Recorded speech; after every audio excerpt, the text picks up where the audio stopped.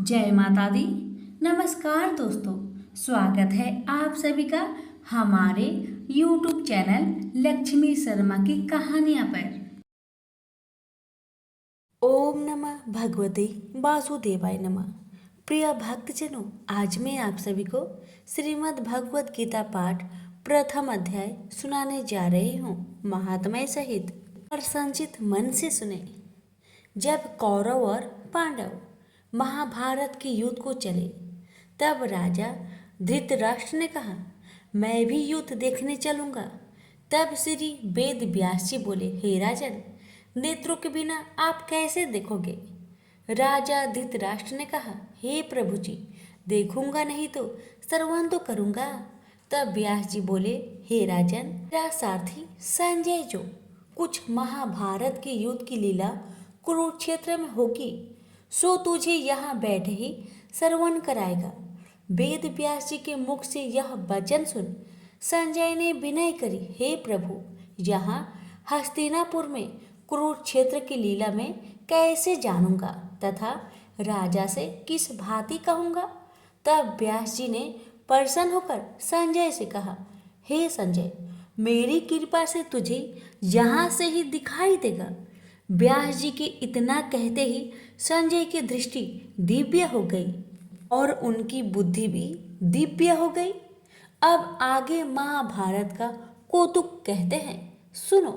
7 औचोहीनी सेना पांडवों की और 11 औचोहीनी सेना कौरवों की, यह दोनों सेनाएं कुरुक्षेत्र में जब एकत्र हुए, तब धृतराष्ट्र ने पूछा, हे संजय, धर्म के क्षेत्र में युद्ध की इच्छा से एकत्र हुए मेरे और पांडु के पुत्र ने क्या किया?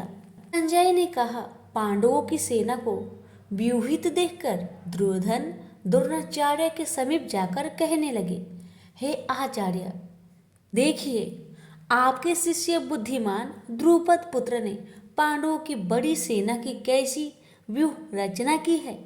इस सेना में अर्जुन, भीम, बड़े बड़े धनुर्धारी, वीर युद्ध, धान विराट, महारथी, द्रुपद, धृतराष्ट्र, चेकितान, बलवान, पुरुजित, कुंती भोज, नरों में श्रेष्ठ, सेव्य, पराक्रमी, युद्धामनु, बलवान उत्तमौजा, अभिमन्यु व द्रौपदी के 5 पुत्र सब के सब महारथी हैं।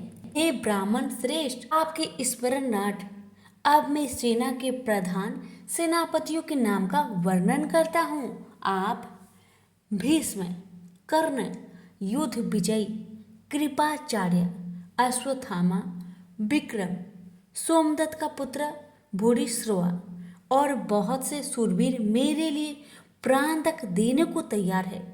ये लोग शास्त्र चलाने में बहुत चतुर है और सब युद्ध विद्या में प्रवीण है। हमारी सेना, जिसकी भीष्म रक्षक है, अपार बल है और उनकी सेना की, जिसमें भीम रक्षक है, थोड़ा सा बल है। अब आप सब अपने मोर्चों पर सावधान रहकर सेनापति भीष्म की रक्षा कीजिए। कुरुवृत्त भीष्म पितामह ने दुर्योधन को प्रसन्न करते हुए और ऊंचे स्वर में गरजते हुए शंख बजाया।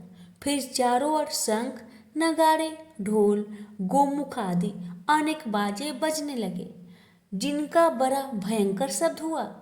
जिनके अंतरल सफेद घोड़े के रथ पर बैठे माधव और पांडव अर्जुन ने भी दिव्य शंख को बजाया। श्री कृष्ण ने 5 जन्य और अर्जुन ने वेददत्त नामक शंखों को और भीषण कर्म करने वाले भीम ने पौंड्रक नामक बड़े शंख को बजाया। कुंती पुत्र धर्मराज युधिष्ठिर ने अनंत विजय, नकुल ने सुघोष, सहदेव ने मणि पुष्पक तथा महान धनुर्धर काशीराज, शिखंडी, धृष्टद्युम्न ने विराट, अपराजित, सत्यकी, राजा द्रुपद और द्रौपदी के 5 पुत्र तथा महाबाहु अभिमन्यु, इन सब वीरों ने अपने अपने शंखों को बजाया। उन शंखों के भारी शब्द से आकाश और पृथ्वी गूंज उठी और धृतराष्ट्र के पुत्र के हृदय कांप उठे। हे राजन, अर्जुन ने कौरवों को युद्ध के लिए प्रस्तुत देखकर श्री कृष्ण जी से कहा, हे अच्युत्य, मेरा रथ दोनों सेनाओं के बीच में खड़ा कीजिए, जिससे मैं युद्ध करने वालों को देख लूं कि इस रणभूमि में मुझे किन किन के साथ युद्ध करना चाहिए।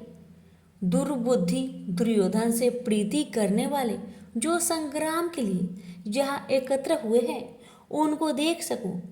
संजय कहने लगे, हे राजन। अर्जुन की बात सुनकर श्री कृष्ण ने भीष्म, द्रोण आदि वीरों के सामने उत्तम रथ को खड़ा करके कहा, हे वीर संग्राम के लिए उद्धत इन कौरों को देख लो। अर्जुन ने चाचा, बाबा, गुरु, मामा, भाई, पौत्र, ससुर और स्वजनों को शस्त्रों से सुसज्जित खड़े देखा और उसने इन दोनों सेनाओं में अपने ही सब बांधवों को खड़ा देखकर परम दर्याद हो अत्यंत खेद के साथ यह वचन कहे, हे कृष्ण, संग्राम की इच्छा से आए इन अपने बंधुओं को देख मेरे अंग ढीले हो रहे हैं और मुख सूखा जा रहा है। मेरा शरीर व्याकुल हो रहा है, रोमांच खड़े होते हैं, गांडीव हाथ से गिरा जाता है, त्वचा जली जा रही है। हे केशव, मुझ में खड़े रहने की सामर्थ्य नहीं। मेरा मन चक्कर खा रहा है और सब लक्षण में उल्टा देख रहा हूँ और संग्राम में स्वजनों का वध करके कोई लाभ भी नहीं होगा। हे कृष्ण, मैं जीत कर राज्य व सुख भी नहीं चाहता हूँ। हे प्रभु, हमको राज्य भोग और जीवन से क्या काम है, क्योंकि जिनके लिए राज्य भोग और सुख की इच्छा की जाती है, वे सब संग्राम में प्राण और धन की ममता छोड़ मरने को तैयार है। और आचार्य, पिता, पुत्र, पितामह, मामा, ससुर, पौत्र, साले और संबंधी ये सब मुझे मारे तो भी हे मधुसूदन, मैं इन्हें मारने की इच्छा नहीं करूँगा। हे जनार्दन, त्रिलोकी के राज्य के लिए भी मैं इन्हें मारने की इच्छा नहीं करूँगा। हे जनार्दन, त्रिलोकी के राज्य के लिए भी मैं इन्हें नहीं मारना चाहता। फिर इस पृथ्वी के लिए तो कहना ही क्या। हे जनार्दन, धृतराष्ट्र के पुत्र को मारकर हमारा क्या होगा? इन अत्याइयों का वध करने से पाप ही होगा। इसलिए हमें अपने भाई धृतराष्ट्र के पुत्र को मारना अनुचित है। हे माधव, स्वजनों को मारकर क्या हम सुखी रह सकते हैं? सब लोभ के वशीभूत है और कुल के नाश करने तथा मित्र द्रोह करने में पाप को नहीं देखते। कुल नाश को जानते हुए भी हमको इस पातक से क्यों नहीं दूर रहना चाहिए? कुल का नाश होने से कुल के प्राचीन धर्म नष्ट हो जाते हैं, फिर धर्म नाश होने से कुल में पाप बढ़ता है। हे श्री कृष्ण, पाप से कुल की स्त्रियां वैभवचारिणी हो जाती है, जिनसे वर्ण संकर संतान उत्पन्न होती है। और वर्ण संकर जिन पुरुषों ने कुल को नष्ट किया है, उनको तथा उस कुल को नरक में पहुंचाते हैं, क्योंकि श्राद्ध, तर्पण आदि बंद हो जाते हैं। वर्ण संकर बनाने वाले दोषों से कुल ध्वंसकों की जाति, धर्म और कुल धर्म निरंतर नाश हो जाते हैं। हे जनार्दन, मैंने बराबर सुना है कि कुल धर्म नष्ट होने से निश्चय नरकवास करना चाहिए। हाय, हम बड़ा पातक करने को तैयार है, जो राज्य सुख के लाभ से अपने स्वजनों को ही मारने की कोशिश कर रहे हैं। मुझे शस्त्र सहित एवं उपायहीन को रणभूमि में बांधकर डाल दे तो मेरा बहुत कल्याण हो।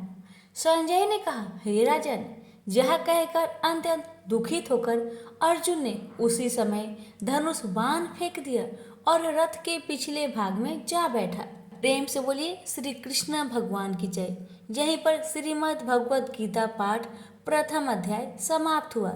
अब सुनेंगे प्रथम अध्याय का महात्म्य। एक समय पार्वती जी ने पूछा, हे महादेव जी, किस ज्ञान के बल से आपको संसार के सब लोग शिव कहकर पूजते हैं? मृगछाला ओढ़े, सब अंगों में शमशानों की विभूति लगाए, गले में सर्प और मुंडों की माला पहने हुए हो, इनमें तो कोई भी पवित्र नहीं है। फिर आप किस ज्ञान से पवित्र माने जाते हो? यह आप कृपा करके कहिए। श्री महादेव जी बोले, हे प्रिय, सुनो, गीता ज्ञान को हृदय में धारण करने से मैं पवित्र माना जाता हूँ और इस ज्ञान से मुझे बाहर के कर्म नहीं व्यापते। तब पार्वती जी ने कहा, हे भगवान, जिस गीता ज्ञान की आप ऐसी स्तुति करते हैं उसके श्रवण करने से कोई कृतार्थ भी हुआ है? तब महादेव जी ने कहा, इस ज्ञान को सुनकर बहुत से जीव कृतार्थ हुए हैं और आगे भी होंगे। मैं तुझसे एक पुरातन कथा कहता हूँ, तुम श्रवण करो। एक समय पाताल लोक में शेषनाग की सैया पर श्री नारायण जी नेत्र मूंद कर आनंद में मग्न थे। उस समय भगवान के चरण दबाती हुई श्री लक्ष्मी जी ने पूछा, हे प्रभु, निद्रा और आलस्य उन पुरुषों को व्यापता है जो जीव तामसी है, फिर आप तो तीनों गुणों से अतीत हो, श्री नारायण प्रभु वासुदेव हो, यह मुझको बड़ा आश्चर्य है। श्री नारायण जी बोले, हे लक्ष्मी, मुझको निद्रा आलस्य नहीं व्यापता। एक शब्द रूप जो भगवत गीता है उसमें जो ज्ञान है उसके आनंद में मैं मग्न रहता हूँ। ऐसे यह गीता शब्द रूप अवतार है। इस गीता में यह अंग है, प्रथम 5 अध्याय मेरा मुख है, द्वितीय 5 अध्याय मेरा भुजा है, 11वां अध्याय मेरा हृदय और मन है, 16वां अध्याय मेरा उदर है, 17वां अध्याय मेरी जंघा है, 18वां अध्याय मेरे चरण है। गीता के सब श्लोक मेरी नाड़ियाँ हैं और जो गीता के अक्षर है वही मेरे रोम है। ऐसा मेरा शब्द रूपी जो गीता ज्ञान है उसी के अर्थ में मैं हृदय में विचार करता हूँ और शब्द आनंद को प्राप्त होता है। लक्ष्मी जी बोली, हे नारायण जी, जब श्री गीता ज्ञान को सुनकर बहुत से जीव कृतार्थ हुए हैं सो तू श्रवण कर। शूद्र वर्ण का एक चांडाल था, तेल लवन का व्यापार करता था। एक दिन वह बकरी चराने को वन में गया और वृक्षों के पत्ते तोड़ने लगा। वहां उसे एक सर्प ने डस लिया जिससे उसके तत्काल प्राण निकल गए। मरकर उसने बहुत नरक भोग कर बैल का जन्म पाया। उस बैल को एक भिक्षुक ने मोल लिया। वह भिक्षुक उस पर चढ़कर सारा दिन मांगता फिरता। जो कुछ भिक्षा मांगकर लाता वह अपने कुटुंब के साथ बैठकर खाता। वह बैल सारी रात द्वार पर बंधा रहे कि खाने पीने की भी खबर ना लेता। कुछ थोड़ा सा भूसा उसके आगे डाल देता। जब दिन चढ़े तो फिर बैल पर चढ़कर मांगता फिरे। कई दिन गुजरे तो वह बैल भूख का मारा गिर पड़ा किंतु प्राण नहीं निकले। नगर के लोग देखकर उसे कोई तीर्थ का फल दे, कोई व्रत का फल दे, पर उस बैल के प्राण नहीं छूटे। एक दिन एक गणिका आई। उसने लोगों से पूछा, यह कैसी भीड़ है? तो उसने कहा, इसके प्राण नहीं निकलते, अनेक पुण्य के फल दे रहे हैं तो भी इसकी मुक्ति नहीं होती। तब गणिका ने कहा, मैंने जो कर्म किया है उसका फल इस बैल के निमित्त दिया। इतना कहते ही बैल की मुक्ति हुई। तब बैल ने एक ब्राह्मण के घर जन्म लिया। पिता ने उसका नाम सुशर्मा रखा। जब बड़ा हुआ तो पिता ने उसको पढ़ाया। जब उसको पिछले जन्म की सुधि रही तो उसने एक दिन मन में विचार किया कि जिस गणिका ने मुझे बैल की योनि से छुड़ाया था उसका दर्शन करूं। वृप चलते चलते गणिका के घर गया और कहा, तू मुझे पहचानती है? गणिका ने कहा, मैं नहीं पहचानती। तुम कौन हो? तेरी मेरी क्या पहचान है?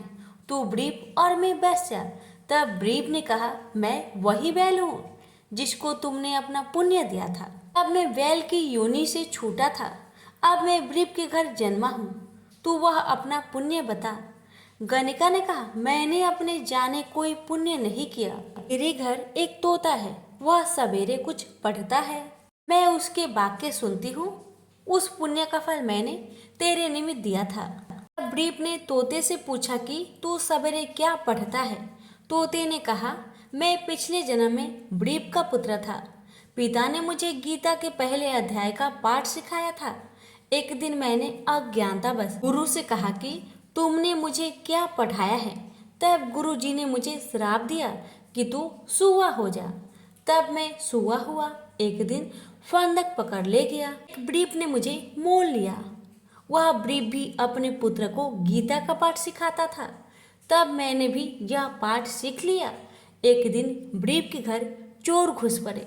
उनको धन तो प्राप्त न हुआ, किंतु वह मेरा पिंजरा उठा ले गए। यह गणिका उनकी मित्र थी। वह मुझे इसके पास ले आए, सो मैं नित्य प्रता गीता के पहले अध्याय का पाठ करता हूँ।